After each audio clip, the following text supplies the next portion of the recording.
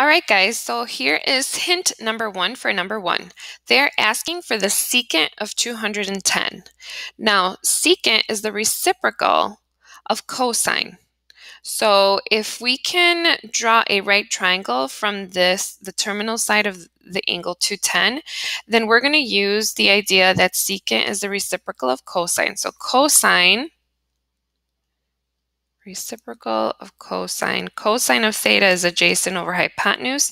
So this is going to be hypotenuse over adjacent. All right, so the angle 210 is past 90, past 180, but not quite to 270.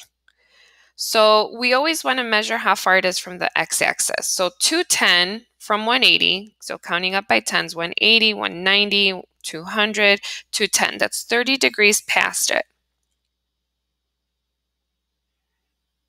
Okay, so this is the angle 210.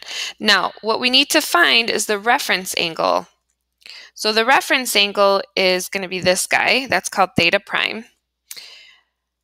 That is what we already counted from 180. Okay, the reference angle is always from the terminal side to the x-axis, so that's 30 degrees.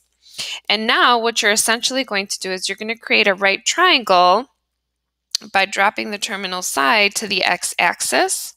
Okay, so I'm going to redraw it, but notice that we're in quadrant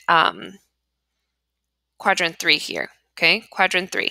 Now, remember, as you travel to the left on the x-axis, that value is negative. As you travel to the right, that value is positive. When you move up on the y-axis, that value is positive. When you move down, that value is negative.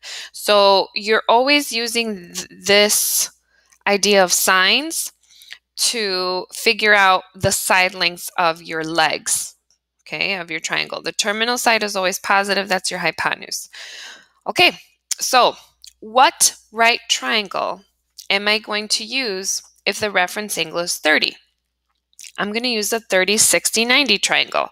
So I'm going to fill in the rest of the values. And again, you can make it a little bit bigger if you want. So this is 30 degrees theta prime, right? And then this is 60 degrees. I don't know why I put theta in there. It should just be, that's your reference angle.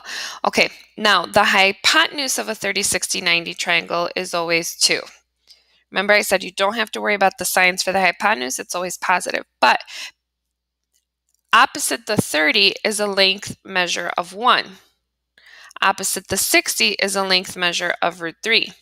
However, since we traveled to the left on the x-axis, that root 3 has to be negative, okay, because we went left on the x-axis, and then we went down on the y-axis. We went down, right? So that length has to be negative as well.